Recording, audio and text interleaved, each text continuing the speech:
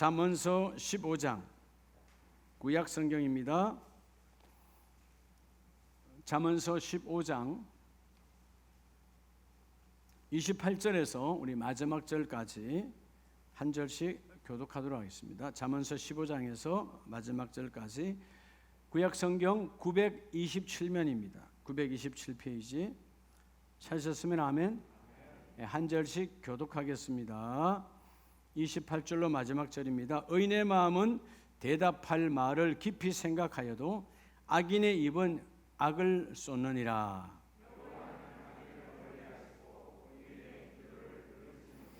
눈이 밝은 것은 마음을 기쁘게 하고 좋은 기별은 뼈를 윤택하게 하느니라.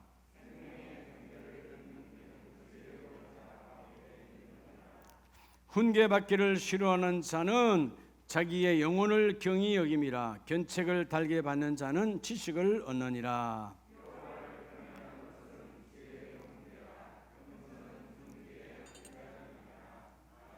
할렐루야. 자분에게 하나님이 함께 하십니다.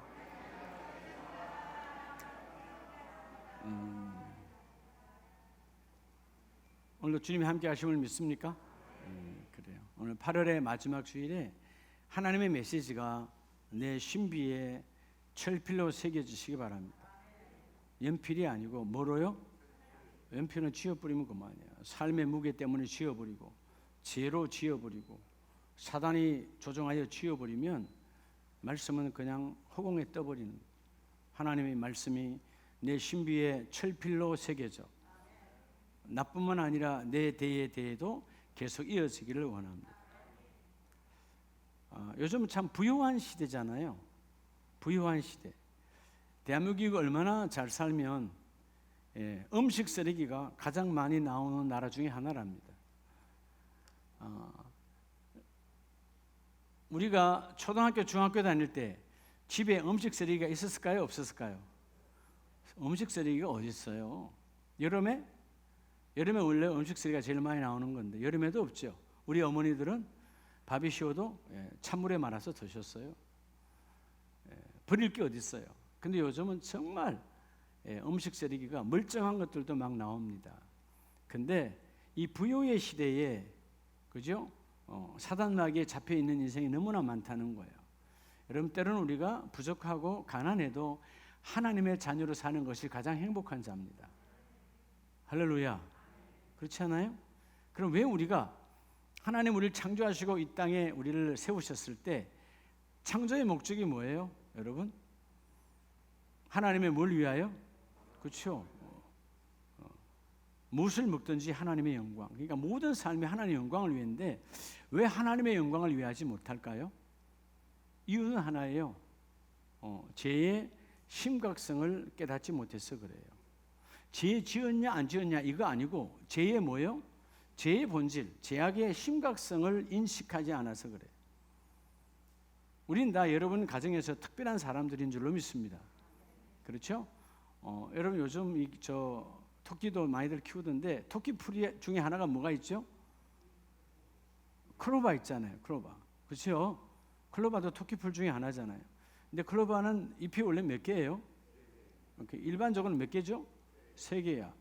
그럼 여러분 내 잎 클로바가 되려면, 그래서 내 잎 클로바, 여러분 어떻게 잔디에 가서 클로바가 많이 있으면 서로 간에 내 잎 클로바 찾으려고 난리하고 찾았다 하고 찾았으면 책갈피에 꼽아두기도 하잖아요. 그렇죠? 귀하다 그 말이에요. 어떻게 하면 내 잎 클로바를 여러분 만들 수 있을까요? 네? 너무 어려운 질문입니까? 돌연변이에요. 뭐라고요? 돌연변이. 일반적인 걸 뛰어넘는 거예요. 네, 제가 가만히 생각해봐도 저 자신이, 여러분들이 여러분의 가문에 내 잎 클로바예요. 돌연변이야. 오래도록 불교와 유교의 이 썩어져가는 우상에 완전히 찌들어 있던 그런 죽었던 어둠의 권세가 나와 여러분은 돌연변이로 가정의 희망과 소망의 축복의 싹이 된 거예요. 믿으시면 아멘 2번입니다. 아멘 몇 번이라고? 믿으시면 아멘 2번. 왜죠? 맞으니까. 우리 가문을 내가 바꾸는 거예요. 자, 우리 가문을 내가 바꾼다. 그래서 오늘 여러분, 자, 오늘 잠언서 이 15장 끝부분은 하나님 우리에게 주시는 메시지. 여러분, 우리 안에 인격을 갖추는 것은, 인격을 만들어지는 공장이 어디에 있어요? 마음이죠. 우리 마음은 우리 인격을 만들어내는 공장입니다. 근데 이 공장 안에 늘 두 가지가 있어요. 사단이 넣어주는 재료가 있어요. 그것이 바로 뭐죠? 교만이라고 하는 거야. 교만은 남이 망하기 전에 가장 네가 먼저 망한다. 그게 교만이에요. 근데 오늘 본문에서 말하는 또 다른 인격의 뼈대, 뭐죠? 겸손이라고 하는 거예요. 여러분, 내 안에 끊임없이 교만하려고 하는, 나를 그저 어깨가 좀 뻗으려고 하는 그런 교만의 근성을 내 안에 겸손히 몰아내야 돼요. 그러면 이 겸손은 내 인격의 뼈대입니다. 인격을 갖추게 하는. 많은 사람들이 요즘 자기 잘난 맛에 사는 거니까 남을 잘 쉽게 무시하잖아요. 오늘 제목처럼 따라합시다. 나의 존귀한 길잡이. 여러분, 누구나 다 여러분의 가정에서 아내로부터, 남편으로부터, 자녀로부터 뭐 하기 원해요? 존귀한 자 대접받기 원하잖아요. 우리 엄마 귀해요. 우리 아빠 귀해요. 당신은 멋쟁이. 당신은 사랑스러워. 이렇게 여러분, 존귀하다는 말은 따라서 매우 가치 있다. 매우 가치 있다면 이보다 더한 가치가 없다는 거야. 최고의 가치. 그 존귀한 길의 길잡이는 바로 겸손이라고 하는 거예요. 하나님이 우리에게 주신 이 겸손을 내 안에 채워야 내 삶의 겸손을 앞세울 수 있어요. 겸손은 시작과 끝, 겸손할 겸 겸손할 손이니까 시작과 끝 변함이 없이 겸손해야 돼. 하루만 겸손하고 마는 것이 아니야. 끊임없이 겸손해져야 돼. 오늘 본문에서 말하는 30 마지막 절에 겸손은 이라고 하는 것.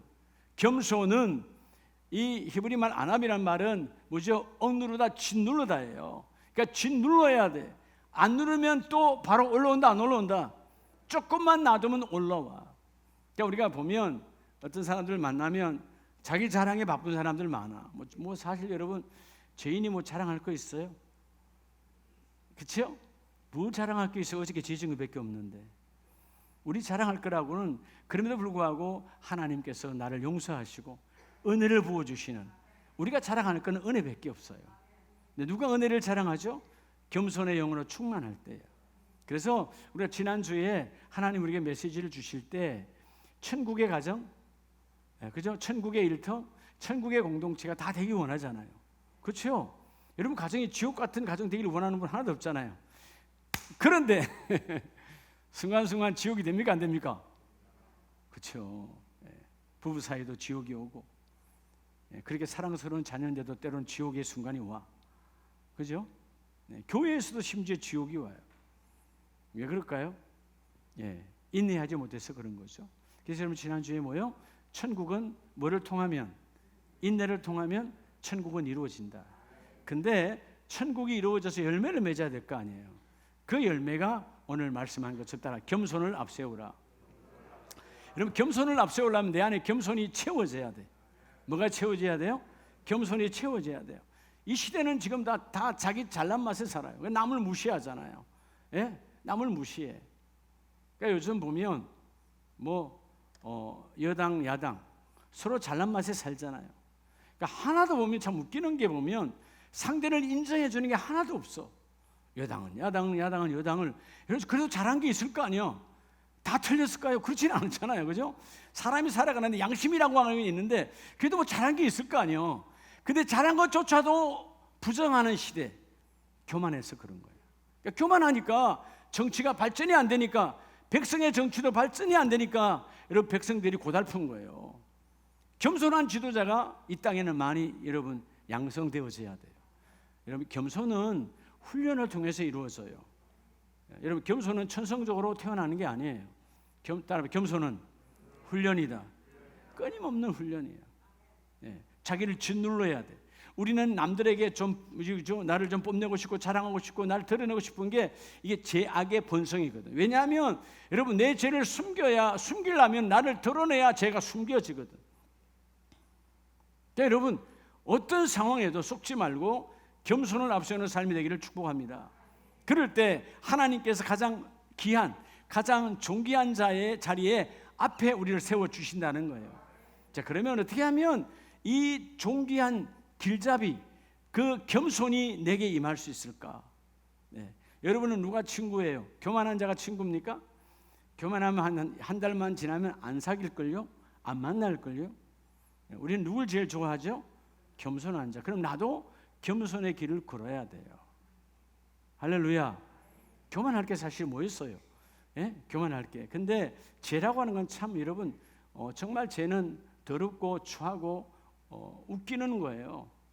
예? 교도소 가면 정가 2범이 정가 4범 앞에 꼼짝 못하고, 정가 4범이 정가 8범 앞에 꼼짝 못하는 이런 타락의 시대.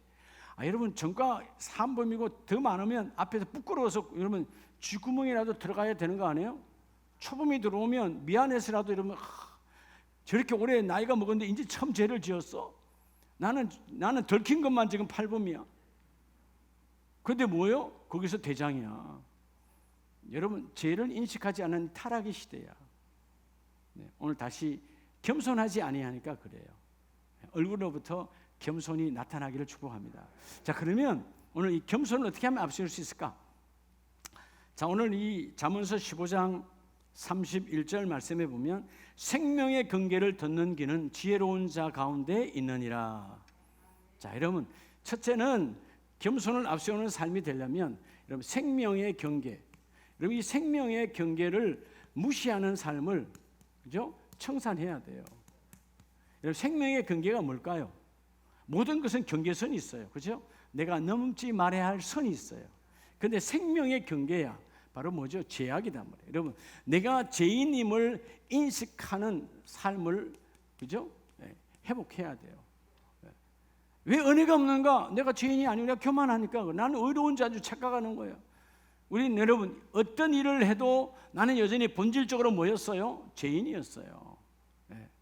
근데 사람들이 이 생명의 경계, 오늘 생명의 경계, 죄냐 아니냐라고 하는 이 생명의 경계를 듣는 귀는 지혜로운 자 가운데 있느니라. 지혜는 하나님의 것이죠. 그럼 하나님이 이미 우리를 중심에 세우셔서 가장 복된 자리에 중심에 세워준다는 거예요. 그래서 여러분 28절에 악인의 마음은 즉 죄로 가득 찬 자의 마음은 말을 깊이 생각하여도 의인의 마음은 말을 깊이 생각하여도 악인의 입은 악을 쏟느니라. 깊이 생각하지 않는다는 것입니다. 뭐죠? 여러분 왜 말을 쉽게 뱉어버릴까요? 의인은 왜 깊이 생각할까요? 의인은 뭐요? 생명의 경계 안에서 깨닫는 거야. 내가 말을 쉽게 하는 것은 죄악을 내가 뱉어내는 것이구나. 깨닫고 있다 그 말이에요. 여러분 오늘 먼저 내가 생명의 경계를 무시하는 인생이 아니라 생명의 경계를 중요시하는, 오늘 본문 말씀처럼 생명의 경계를 듣는 귀, 내가 죄악으로부터 내가 멀어져야 되는 하나님의 축복. 자, 이런 본문을 두시고 예수님께서 누가복음 18장에 보면 두 부류가 나오죠. 두 부류. 여러분 자, 내 마음에도 인격을 갖추는 내 마음에도 교만과 겸손의 두 존재가 산다고 그랬잖아요. 여러분 사람에게도 두 부류예요. 자, 여러분 누가복음 18장 9절에 보면 자기를 의롭다 하고 믿고 다른 사람을 멸시하는 자들. 나는 의롭다는 것입니다. 그리고 다른 사람들을 멸시해. 누굴까요? 예수님 당시에는 바로 바리새인과 서기관과 바로 율법사. 즉 외적인 행동은 충만하지만 그죠? 안에 믿음이 없었던 자들이요. 자, 이들은 11절에 바리새인은 서서 따로 기도하여 너희하고는 같이 섞을 수가 없어. 너희와 우리는 달라. 근데 여러분 세리는 13절에 멀리 서서 감히 눈을 들어 하늘을 쳐다보지도 못하고. 뭐 때문에 하늘을 못 쳐다보는 거예요? 내 안에 죄 때문에. 자, 따라서 겸손은, 자, 첫 번째 이 겸손의 길, 겸손은요 내가 죄인임을 인식하고 사는 거예요. 교만할 수가 없어요. 뭘 자랑하는데요? 우리가 막 자랑하잖아요. 죄인이 무슨 죄를 자랑해? 우리 어저께도 분명히 수많은 죄악을 저질러 미워하고 질투하고 마음속으로 그저 욕하고. 타락의 시대. 내가 죄인임을 깨닫는 자는 여러분 내가 겸손할 수밖에 없어요. 내가 자랑할 것이 없다니까. 여러분 뭘 자랑할 거예요? 뭘 자랑할 거냐고. 우리가 보면 과거에 뭐 했다 자랑하는 사람들 많아. 내가 늘 여러분 그러잖아요. 돈이 있걸랑 뭐 빌 게이츠 정도 있으면 돈에 대해 조금 자랑하고, 권세가 있걸랑 뭐 각 나라의 대통령 정도 하면 좀 했다 좀 자랑하고. 그런 거 아니면 자랑할 게 있다 없다? 없어요. 그것도 사실 여러분 다 지나가는 거야. 그것도 영원히 남는 존재가 어디 있어요? 그것 때문에 하나님 만나지 못하고 그것 때문에 지옥으로 가는 인생이 얼마나 많은데, 그건 그를 향하여 여러분 오히려 저주의 열매예요. 여러분 보세요. 내가 건강이 너무 충만해서 하나님을 만나지 못했다면 그 건강이 여러분 저주의 열매야. 차라리 내가 아파서 예수를 만나는 게 낫지. 하나님, 내가 물질이 너무 넘쳐나서 부족함이 없어, 그래서 하나님을 못 만나. 너는 그 물질이 내게 저주의 열매야. 차라리 물질이 부족해서 하나님을 만나야지. 그렇죠? 내가 너무 높은 자리에 앉아서 마음대로 권세를 누려 그것 때문에 예수를 못 만났다, 이 사람아. 그 자리가 너에겐 저주의 인생이야. 우리가 차라리 내가 밑에서 하인으로 살더라도 예수를 만나는 게 하나님의 축복이다. 그렇죠? 오늘 먼저 우리가 겸손이 우리 인생의 앞잡이로, 종교의 앞잡이로 가려면 겸손을 앞세우는 삶. 그럼 어떻게 겸손을 앞세우느냐? 내가 죄인임을 인식하라는 거예요. 오늘 이 바리새인들, 이들은 죄인임을 깨닫지 않아요. 뭐라고 말하면 우리 기도합니다, 우리 금식합니다, 1회에 2번씩 금식합니다, 또 소득의 11조를 드리나이다 말하잖아요. 야, 얼마나 완벽해요. 금식 10의 1조 난 정황합니다. 그런데 여러분, 주님은 받아들이지 않잖아요. 이유가 뭘까요? 이 열매도 예물도 생각의 예물이에요. 뭐의 예물? 생각의 예물. 믿음의 예물이 아니야. 마치 가인과 아벨처럼. 여러분, 가인과 아벨, 히브리서는 뭐라고 증거합니까? 아벨은 믿음으로 드렸다고 말합니다. 여러분, 똑같이 10의 1조를 했는데 왜 오늘 본문의 바리새인은 하나님 주께서 칭찬하지 않지요? 생각의 11조야. 내가 이리 하면, 내가 이렇게 하면.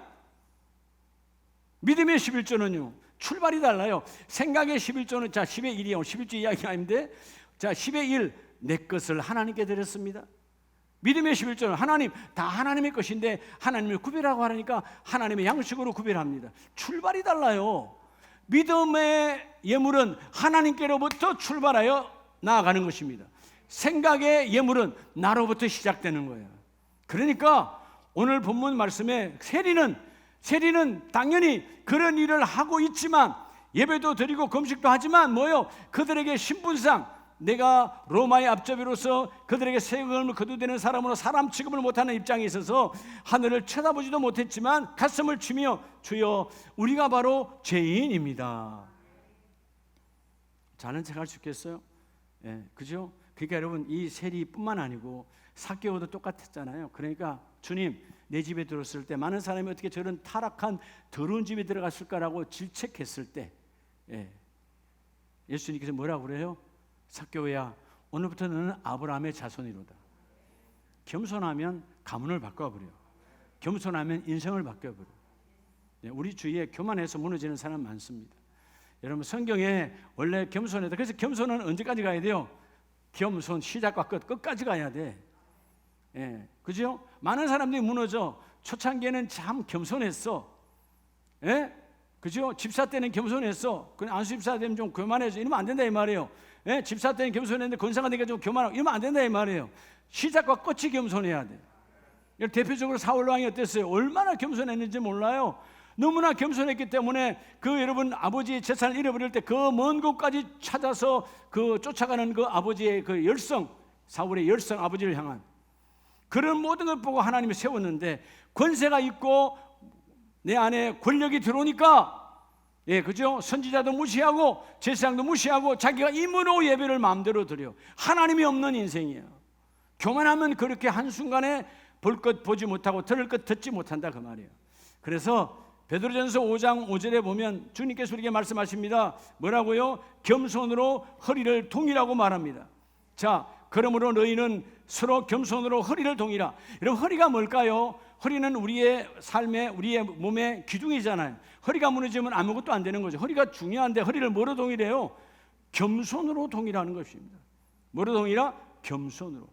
때가 되면 하나님이 너희를 높여주시리라. 자, 능하신 하나님의 손이 누구에게 오느냐? 겸손한 자에게 오세요. 누구에게 온다고요? 겸손한 자예요. 그러니까 겸손하면 오늘은 비록 내가 무시당하고 조롱당하고 때로는 내가 핍박을 당해도 때가 되면 하나님이 그 일을 이루어 주시고, 우리가 디모데전서 1장 15절을 보면 그 바울은 철저하게 여러분 디모데를 양육할 때 뭐라고 표현합니까? 여러분, 성육신하신 그 하나님 앞에서 나는 사실 이 말하기 쉽지 않잖아요. 내가 양육하고 내가 전도하고 내가 양육한 나의 제자요, 사랑하는 아들 같은 제자 디모데에게, 디모데야, 나는 죄인 중에 뭐라고요? 괴수로다. 내가 죄악의 우두머리라는 거예요. 내가 이 죄인임을 인식하지 못했을 때는 담액색에서 나를 찾아오신 주님을 만나기 전에는 내가 예수 믿는 자, 교회를 다니는 자, 내가 싸그리 잡아서 압송하여 다 죽여버리리라. 그리고 스데반이 여러분 죽임을 당할 때, 돌로 쳐 죽임을 당할 때 그 사람은 마땅히 죽어야 된다라고 동조했던 바울이 부활의 주님을 만나고 나니까 아, 내가 죄인이구나. 할렐루야. 그렇죠? 하나님께서, 예수님께서 얼마나 바울을 사랑하셨으면, 그릇은 나의 그릇이니까, 이방인의 그릇으로 세우기 위해 사랑하셨으니까, 물론 하나님은 영이시지만, 예수님은 영이시지만 그때 부활의 주님 오셨으니까. 근데 저는 그렇게 봐요. 오셔서 그 바울을 3일간 금식시킬 때 누구도 금식하셨더라, 하나님도 금식하셨더라. 그런 아버지의 마음을 읽어요. 그렇죠? 물론 하나님이 영이세요. 근데 여러분이 여러분의 자녀가 금식하는 옆에서 밥 먹고 있을 부모 있어요? 없잖아요. 왜? 그 아들의 금식 속에 이루어질 기도의 제목들이 이루어지길 원하는 그 부모의 마음보다 더 귀한 생명 주신, 내가 바울을 위해서 죽었던 그 주님이 내가 너를 위해 죽은 거잖아요. 오늘 나와 여러분의 죽은 그 예수님께 우리가 금식할 때 그분도 함께 금식하시며 너의 금식 안에 있는 그 기도가 함께 이루어지기를 원한다. 너의 아픔이 오늘 예수 안에서 이루어지기를 원한다. 근데 뭐예요? 바울이 그 안에서 금식하며 뭐 하니까? 겸손해지니까 하나님이 그를 들어 쓰시는 거예요. 모든 어느 공동체든 겸손한 자를 하나님 쓰시거든요. 세상도 그러할진데 하나님 나라는 당연한 거예요. 내가 죄인 중에 괴수라는 이 표현은 여러분 사실 바울 정도 되면 자랑하고 어깨를 으쓱이며 여러분 자기를 여러분 좀 내놓을만 해요. 근데 전혀 바울 서신 어디에도 그런 표현은 없습니다. 난 예수 그리스도의 종이요, 나는 죄인 중에 괴수요, 나는 내 이름으로 할 것은 아무것도 없다. 예수의 이름으로만 그 일이 이루어진다. 그래서 예수 안에서, 그리스도 안에서, 주님 안에서, 주 안에서 끊임없이 누구를 앞세워요? 나는 주님이 앞장서지 않으면 아무것도 할 수 없다. 여러분 겸손으로 가득 찼어요. 그게 뭐냐 하면 내가 죄를 인식하고 살아가는 거예요. 여러분 우리는 이 땅에 육을 갖고 있는 한, 죽음으로 육이 흙으로 돌아가기 전까지는 끊임없이 내 안에서 죄가 움직여요. 그 죄를 움직이는 가장 더러운 지렛대가 교만이라고 하는 것입니다. 육이 내 것이다, 내 영혼이 내 것인 줄 알고, 내 삶이 내 것인 줄 알고, 시간이 내 것인 줄 알고 교만의 영이 끊임없이 들어와. 이게 여러분 죄의 지렛대요. 예수의 이름으로 여러분 그 능력으로 겸손히 다시 회복되기를 축복합니다. 그럴 때 하나님이 그 일을 이루어주시고, 오늘 어떤 상황에도 생명의 경계를 여러분 분명히 지킬 때 겸손히 나를 떠나가지 않습니다. 그래서 두 번째는 오늘 15장 32절 말씀에 보면 훈계받기를 싫어하는 자는 자기의 영혼을 경히 여김이라. 자, 여러분 왜 이 생명의 경계를 무시했고 두 번째는 뭘 무시해요? 생명의 훈계는 생명일까요, 아닐까요? 여러분 내가 죽음에서 넘어가지 말라고 생명의 훈계를 내게 하는 거거든요. 생명의 훈계를 뭐 하지 말고, 무시하지 말고. 그럼 어떻게 해야 될까요? 왜 생명의 경계를 무시할까요? 이유는 하나예요. 내가 가장, 내 생각, 내 삶이 가장 가치 있는 줄 착각해. 오늘 겸손한 자는 누구냐 하면 따라서 나는, 여러분 내가 가장 무가치한 인생임을 고백해야 돼요. 여러분 예수 밖에서는 우리가 가장 무가치한 인생이야. 아무리 잘났다 그래도 죄악이 저지르는 것은 여러분 죄의 열매밖에 없어요. 그래서 죄의 삭은 사망이라, 죽음이다 그 말이요. 그렇죠? 우리가 교회를 왜 찾아온 거예요? 하나님 밖에서 내가 무가치한 인생이 예수 안에서 그리스도 예수의 마음을 품고 예수를 내 안에 모실 때, 주여 나는 무가치한 인생에서 가치 있는 인생으로 바뀝니다. 겸손이 뭐예요? 하나님이 내 안에 오지 아니하면 나는 아무것도 할 수 없는 무가치한 벌레 같은 인생이에요. 하나님 말하잖아요. 이 야곱아, 이 벌레 같은 야곱아, 벌레를 어디에 쓸 데가 있어요? 아무짝에 쓸모가 없는 벌레 같은 인생이야. 그런데 소위 말하는 뭐죠? 버러지 같은 인생이었는데 예수의 보혈로 우리를 송향하시고 세우셔서 하나님의 자녀 삼아 주셨으니. 왜 훈계받기 싫어한다고? 교만하니까. 여러분들 아이들이 왜 엄마 소리를 잔소리로 들어요? 벌써 교만해지니까. 머리가 컸다 이거예요. 예? 조그만 때 이렇게 잘 듣다가 엄마 아빠가 책은 줄 알았다가 이제 중학교 고등학교만 들어가면 엄마 아빠를 무시하기 시작합니다. 대학교 들어가면 입도 뻥긋하게 못하게 합니다. 지가 무슨 뭐 대학 들어가면 세상을 이룬 줄 알아. 대학 학교 큰 데 간 것밖에 없어요. 아무것도 아니야. 뭔가 한 거라고? 대학교 큰 거 한 거야. 학교 문이 좀 커. 학교 문이 조금 큰 거야. 아무것도 아니야 그게. 예? 인생의 대학을 지가 다녀봤냐고요. 얼마나 교만한지 몰라 인생이.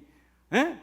엄마 아빠의 은혜로 그저 큰 대학에 들어와. 학교 문이 큰 데로 왔는데 그게 뭔데요? 그 대학문 큰 것 때문에 인생에 망가지는 사람이 얼마나 많은지 몰라. 차라리 안 갔으면 제대로 자기 일도 잡을 텐데.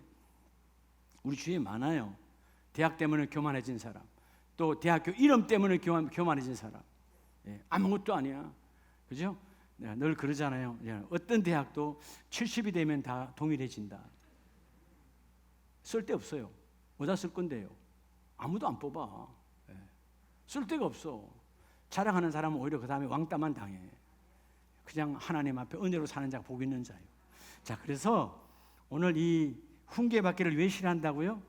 내가 가장 가치 있는 자, 내 생각이, 내 경험이, 내 경륜이, 내 스펙이 최고인 줄 가치 있는 걸로 착각하고 교만하니까 훈계받기를 싫어해요.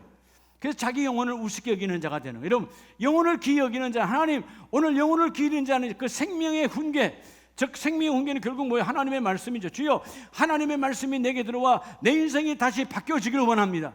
하나님의 말씀을 생명으로 받기를 원합니다. 자기의 무가치함을 깨닫고 주여 예수의 보혈이 아니면, 성령의 인도함이 아니면 나는 여전히 무가치한 인생인데 예수 보혈의 그 은혜로 내가 가치 있는 인생으로 바뀌어집니다. 주여, 내가 달라지기를 원합니다. 여러분, 누가복음 15장을 보면 우리가 잘 아는 탕자의 비유가 나오잖아요. 자, 15장 12절에 보면 아버지여, 재산 중에서 내게 돌아올 분깃을 내게 주소서. 이때 이 아들이 완전히 미친 거죠. 그 시대 그때 근동의 문화로 보면, 그죠? 아버지가 살아 있는데 유산을 달라. 아버지를 두 번 죽이는 거야. 유산은 죽어야 오는 거예요. 그렇죠? 근데 살아 있는데 분깃을 달라. 자, 모든 분깃은 누구의 것이에요? 아버지의 것이에요. 내 분깃은 있나요, 없나요? 없는 거예요. 아버지가 줘야 있는 거야. 이 분깃 몫이라고 하는 포션은요, 내게는 아직 온 것이 아니야. 아버지 안에 다 있는 거야. 그래도 불구하고 교만하여서 내게 달라고 말합니다. 근데 그 아버지가 줘. 그래서 가서 먼 나라에 가서 탕진하고 돌아오잖아요. 16절 17절에 보면 돼지 키우는 일에 들어가서 돼지 우리간에 돼지를 키우면서 돼지가 먹는 지엄 열매를 하나 둘 먹었잖아요. 근데 배가 부르지 않아. 그래서 여러분 17절에 보면 16절에 지엄 열매로 배를 채우고자 하되 간간히 입술에 풀칠은 했지만 그 지엄 열매라도 가득히 좀 배불러 먹었으면 좋겠는데 주는 자가 있다 없다? 주인도 주라 아무도 주지 않아. 그때서 그가 깨달았어. 18절 내가 하늘과 아버지께 죄를 지었사오니. 죄를 인식하는 거예요. 예? 무가치한 인생이 내가 가장 가치 있는 줄 알고 아버지께 달라고 교만하여 달라고 나갔는데 나가서 무너지고 나서 보니까 내가 가장 무가치한 인생이구나. 죄를 깨닫고 나는 가장 무가치한 존재다라고 고백하지요. 뭐라고요? 19절 이제부터는 아버지의 아들이라 일컬음을 감당하지 못하겠나. 난 아버지의 아들이 아니라는 거예요. 이전에는 아버지의 아들로서 당당히 달라고 그랬어요. 내 거요 아버지 주세요. 이제 깨닫고 나니까 뭐요? 난 아버지의 아들이 아니야. 나는 죄인이고 나는 타락한 자고. 그래서 뭐요? 저 품꾼의 하나로 품꾼보다도 못한 인생입니다. 그럴 때 무가치한 인생이 다시 하나님 앞에 아버지 앞에 와서 하늘과 아버지 앞에서 깨닫고 고백하니까 21절에 회복되죠. 하늘과 아버지께 죄를 지었사오니 지금부터는 아버지 아들이라 일컬음을 감당하지 못하겠나이다. 그런데 아버지는 뭐죠? 다시 모든 것들을 회복시켜 주시잖아요. 여러분, 내가 무가치한 인생임을 고백하면 하나님은 가치 있는 인생으로 바뀌어주십니다. 성령은 무너진 자를 세워주시고 망가진 자를 고쳐주시고 없는 자를 있게 하시고 풍성하게 하여 넘치게 하시는 분이에요. 그래서 여러분 은혜가 넘쳐나야 돼요. 여러분, 그래서 은혜의 샘물을 깊이 파는 자가 복이 있다. 뭐를 깊이 팔아? 여러분, 은혜의 샘물을 날마다 깊이 파세요. 그게 기도요, 그게 예배요, 그게 찬송이요, 그게 하나님께 올려지는 경외의 삶으로 주여 나는 죄인이지만 예수의 보혈로 다시 주님께서 칭의의 옷을 입혀주시고 나는 무가치한 인생이지만 주께서 내 안에 들어와 바로 예수의 보배, 그 보배의 가치가 내게 들어왔으니 주여 내가 그 삶을 살기를 원합니다. 그래서 이런 바울도 고린도서 15장 8절 이하에 보면 잘난 척하지 않아요. 고린도 교회가, 우리 요즘 고린도 전후서 강의하고 있잖아요, 새벽에. 얼마나 바울을 밀어냈어요. 당신은 예수의 12제자도 아니었고 당신은 사도성이 없습니다 라고 대적하면 여러분 한마디로 그냥 팍 끝낼 수도 있잖아요. 그죠? 예, 그럴 때 있어요. 제가 이렇게 복음을 이렇게 전하다 보면 그냥 세상 스펙으로도, 그죠? 흔히 말하는 세상 스펙으로도 얘기가 안 되는데 신학으로는 더 얘기할 게 없잖아요. 그렇잖아요? 근데 여러분, 이 목사님 저한테 하나님에 대해서 논하자고 이런 대드는 사람이 있다니까요. 그럴 때 마치 그런 거예요. 이제 막 돌 지난 아이가 할아버지한테 인생을 논합시다 하고 똑같아. 근데 여러분, 그 영적인 것이기 때문에 가소롭고 막 무시할 수도 있지만 영적인 것이기 때문에 그 영혼이 불쌍하잖아요. 하나님을 모르니까. 똑같아요. 고린도 교회 성도들이 바울에게 대적한 건 바로 그런 거야. 가난아기들이 인생을 논하자고 아버지께 대드는 것과 똑같은 상황이에요. 하나님에 대해서 말하자고. 근데 고린도전서 15장 8절 이하에 보면 그는 그렇게 고백해요. 나는 만삭되지 못한 가장 작은 자라. 뭐라고요? 만삭되지 못한.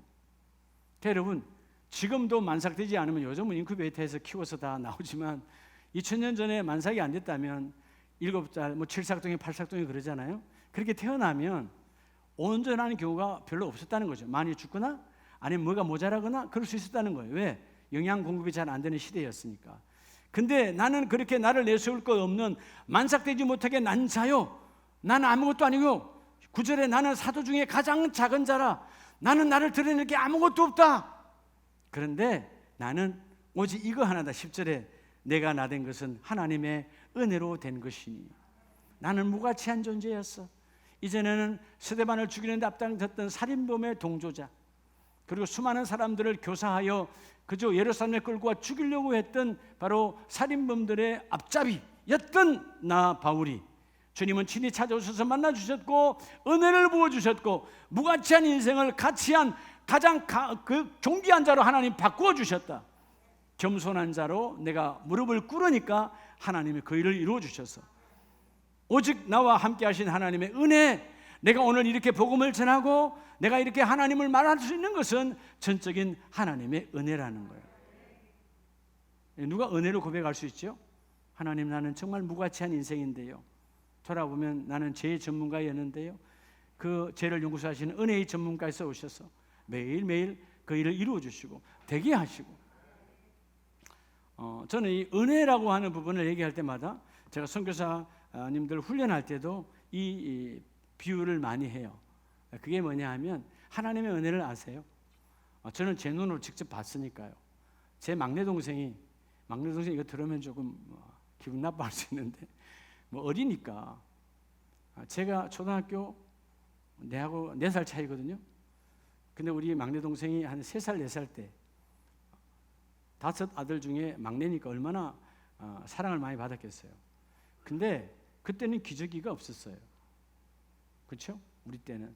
그래서 여러분, 내 동생이 클 때 보니까 어머니가 옷을 이렇게 입었는데 이게 이만큼 없어.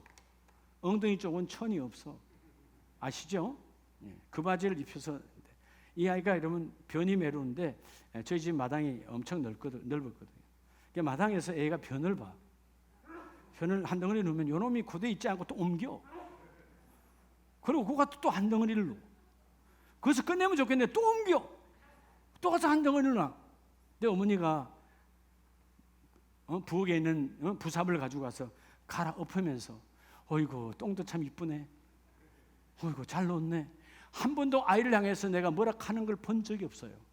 엎으니까 끝나더라고. 이게 여러분 부모의 마음인 것처럼 우리 주님은 우리의 죄를 덜추어내지 아니하시고 덮어주시는 하나님. 누가 하나님, 내가 하나님이 아니면 난 무가치한 인생인데 오늘 주일에 주님이 찾아오셔서 나를 가장 가치 있는 인생으로 바꿔주신 그 주님의 은혜로 내가 살아갑니다. 바울의 고백, 주여 은혜가 아니면 나는 살아갈 수가 없습니다. 전적인 하나님의 은혜입니다. 뭘 우리가 여러분 뻐개겠어요? 뭘 자랑하겠어요? 겸손한 자가 내 인생을 존귀한 길로 바뀌어집니다. 그래서 마지막 세 번째는 오늘 33절에 여호와를 경외하는 것은 지혜의 군계라 겸손은 뭐의 길잡이라 존귀의 길잡이니라. 자, 오늘 본문은 겸손하면 뭐의 길잡이라고요? 존귀의 매우 가치 있는 최고의 길로 인도하여 주신다는 것입니다. 자, 그러면 어떻게 하면 하나님 이 삶을 우리가 겸손의 삶을 살까요? 바로 왜 그들은 겸손의 삶을 살지 못했을까요? 당시 유대인이나 지금 이 시대 여러분 이 시대도 교회 안에 종교인이 많아요. 그게 먼저 여러분 하나님의 의를 무시하는 그 하나님의 의를 하나님의 공적인 뜻 나를 향하신 하나님의 의를 무시하면 그게 바로 교만이에요. 그러니까 하나님의 의를 무시하지 말고 하나님의 의를 인식하고 찾는 자가 되라는 거예요. 겸손이 뭐냐? 하나님의 의를 내 안으로 찾아 모시는 거예요. 그래서 여러분 암송하잖아요. 마태복음 6장 33절 그의 나라와 뭐요? 그의 나라와 뭐요? 천국은 그냥 오는 것이 아니야. 그의 의를 구하라. 내가 가장 이 모든 일들 밥 먹는 것보다 먼저 내가 잠자리 일어나면 가장 먼저 해야 될 게 뭐냐? 하나님의 나라와 그 의를 먼저 구해야 되는 거예요. 그 의가 뭡니까? 나를 향하신 하나님의 거룩한 뜻이에요. 기도는 하나님의 뜻을 꺾는 것이 아니고 기도는 하나님의 뜻이 내게 적용되는 거예요. 그게 오늘 겸손한 자의 기도예요. 근데 우리의 많은 기도가 보면 하나님의 의도를 꺾으려고 해요. 교만한 자의 기도죠. 하나님은 내가 거기에 서기를 원하지 않아요. 하나님은 내가 그 자리에 앉기를 원하지 않아요. 하나님은 내가 오늘 그 돈이 내게 오기를 원하지 않아요. 그런데 우리는 하나님의 그 의를 꺾어서 그 돈이 내게 와야 되고 그 자리가 내가 앉아야 되고 이런 교만의 자리에 끊임없이 앉는데 하나님의 의를 무시하지 말고 하나님의 의가 내게 이루어지도록 나아가는 자가 바로 겸손의 사람이라는 것입니다. 그래서 로마서 3장을 보면 로마서 3장 하나님의 말씀이 우리에게 주실 때 자, 로마서 3장 21절에 이제는 율법 외에 하나님의 한 의가 나타났으니 율법과 선지자들에게 증거를 받은 것이라 곧 예수 그리스도를 믿음으로 말미암아 모든 믿는 자에게 미치는 하나님의 의는 바로 차별이 없느니라. 여러분 당시 유대인들의 의는 뭐였어요? 우리는 고상한 자야, 우리는 선민이고 너희들은 천한 자고 너희들은 죽어야 될 자고 너희들은 지옥 갈 자야. 그냥 우리 외에는 뭐죠? 하나님께 나아갈 수 없는 자들로 그들은 뭐요? 이 하나님의 의를 무시했어요. 근데 자, 이방인의 사도로 택함받아 유대인이었지만 택함받은 바울에게 주신 하나님의 그 은혜는 모든 사람이 죄를 범하였음에 하나님의 영광이 이르지 못하더니 유대인이나 나나 너희들도 똑같다. 유대인이든 나든 유대인이든 나 자신도 이방인도 우리 모두는 다 로마에 있는 이방인 모두는 다 지식이 많다고 하는 너희들도 다 죄를 범하여 하나님의 의로 나아갈 수 없는 자였지만 바로 그 다음 절에 예수 그리스도의 보혈의 속량으로 말미암아 의롭다 하심을 얻은 자니. 칭의는요 내가 입는 것이 아니에요. 그분이 입혀주시는 거예요. 할렐루야. 예수 보혈의 그리스도의 옷은요 내가 입는 게 아니라 그분이 입혀주는 거예요. 누구에게? 겸손한 자에게 입혀주세요. 여러분의 가정이 자 하나님의 특별언사 인내가 내 안에 임하면 열매를 맺기 시작하는데 끝까지 주신 인내 속에서 겸손하라는 거예요. 그래서 먼저 그의 의를 구하고 마태복음 3장 15절에 보면 예수님께서 하나님의 의를 이룸이 합당한 삶이다. 최고의 삶이 뭐냐? 하나님의 그 의가 내 안에 이루어져야 되는 거예요. 이 의는 바로 나를 향한 합당한 하나님의 거룩한 뜻이에요. 공의란 말은 거룩한 나를 향하신 하나님의 뜻이거든. 그래서 오늘 마지막 이사야 57장 이사야 시대가 타락의 시대, 제약의 시대예요. 근데 그때 다 자기는 잘났다 나는 의롭다라고 했던 그 시대에 타락한 유대인들이 얼마나 많았어요. 근데 하나님 말씀하십니다. 이사야 57장 15절에 지극히 존귀하며 존귀한 본질은 하나님에는 없지요. 근데 내가 높고 거룩한 곳에 있으며 또한 통회하고 마음이 겸손한 자와 함께 있나니. 하나님은 누구와 함께 한다고요? 자, 여러분 오늘 본문 말했죠. 누가 존귀한 자가 됩니까? 하나님이 함께하면 바로 존귀한 자가 돼요. 여러분의 가정 공동체가, 일터 공동체가 존귀한 공동체가 되시기 바랍니다. 근데 하나님 누구 함께 한다고 그러죠? 겸손한 자. 여기서 히브리 말 샤팔이라는 말은 억누르다, 짓누르다예요. 짓눌러야 돼. 짓눌러서 손을 발을 피워야 돼요. 계속 있어야 돼요. 여러분 교만은 내가 발을 치우면 또 올라와요. 마치 요즘도 뭐 아이들한테 가게에서 있는지 모르겠는데 두더지 게임 있잖아요. 그죠? 망치 갖고 이렇게 때리는 거. 때리고 나면 안 올라와요. 또 올라와요. 죄는 교만은 그런 거예요. 이게 어떻게 해야 된다고? 내가 짓눌러서 발을 치우면 안 돼. 계속 짓눌러 있어야 돼. 이게 여러분 겸손이라는 거예요. 짓누르다. 내 안에 나를 자랑하려고 하는 더러운 의, 그죠? 이 욕심에 더러운 타락된 의들을 내가 짓눌러야 겸손으로 함께한 자는 하나님이 함께하나니 그 겸손한 자의 영혼을 내가 소생시키시리로다. 할렐루야. 그래서 여러분 하나님의 영이 내게 들어와야, 여러분 겸손한 자의 길이 있어야 하나님의 축복이 임하세요. 여러분 어느 곳에 있든지 겸손으로 충만하시기 바랍니다. 저는 이제 또 다시 우리 선교회의 일상 일을 다시 내일부터 시작하지만 제가 이전에 회의할 때도 그런 걸 참 많이 느꼈어요. 회의 중인데 회의하고 있잖아요. 우리 선교회 사무실이 총회감 일정이 크게 있는데 회의하다 보면 회의실에 회의 가운데 제가 앉아서 회의를 막 하고 있다면 선교사님들이 중간에 들어올 수 있어요. 그죠? 네. 뭐 서류를 띄다든가 아니 보고하러 온다든가 임원들을 만나러 들어올 때가 있어. 우리 회의 중이지만 들어와요. 근데 사실 법대로 하면 무시하고 그냥 앉아 있으면 끝나고 난 다음에 인사해도 돼. 근데 전 한 번도 그렇게 한 적이 없어요. 해외에서 그 오지에서 선교하다가 오셨는데 누가 됐든 일어나서 회의 중은 잠깐 회의 진행자니까 회의 잠깐 내려놓고 가서 두 손으로 맞잡고 고생하고 잘 오셨다. 그리고 자리에 앉혀드리고 다시 와서 회의를 합니다. 여러분 하나님 보고 계시잖아요. 네가 내 종을 귀히 여겼으니 내가 너를 축복하리라. 제가 때로는요 이 목사님들 세계도 마찬가지예요. 막 어디 가서 이렇게 뭐 모임이 됐든 회의가 아니더라도 어디 이렇게 내가 모임에 조금 이렇게 늦게 합류할 수도 있잖아요. 이렇게 가면 쫙 앉아있으면 인사하는 거예요. 어유 목사님 인사하면 대부분 다 일어나서 인사한다, 앉아서 인사한다. 대부분 일어나서 인사하죠. 근데 꼭 한두 명 앉아서 인사받는 사람도 있어. 겸손이 무너져버린 인생. 결국 그 사람에는 복이 없어요. 저는 한 번도 누구한테 자리에 앉아서 인사한 적이 없습니다. 얼마나 교만한 건데 그게. 그죠? 이렇게 몸에 체질화되어서 해야 돼. 그럼 하나님이 존귀는 겸손은 존귀의 앞잡이니라. 길잡이니라. 근데 교만은 멸망의 선봉이란 말은 남이 망하기 전에 네가 제일 먼저 망한다는 거예요. 오늘 이 잠언서 15장 마지막 절 여호와를 경외하는 것은 지혜의 훈계라 겸손은 존귀의 길잡이니라. 누가 하나님을 경외합니까? 내가 죄인이니까 의인 대신 완전하신 하나님을 경외하고 주여 내가 무가치한 인생 예수 만나서 가치 있는 인생으로 바뀌었고, 여러분 정말 감사하죠? 예수 만나서 가치 있는 인생으로 바뀌었어요. 하나님 나라가 내 안에 있으니까, 천국의 삶이 내 안에 있으니까. 주여 그래서 내가 오늘 마지막 가장 중요한 주여 어떤 순간에도 내 육신의 의가 이루어지는 것이 아니라 나를 향하신 하나님의 의가 이루어지기를 원합니다. 그래서 그분은 내게 오늘도 은혜를 부어주시는 거예요. 은혜 충만 예수, 은혜 충만 예수, 은혜 충만 예수 내 맘에, 은혜 충만 예수, 은혜 충만 예수, 은혜 충만 예수 내 맘에. 누구에게? 겸손한 자에게.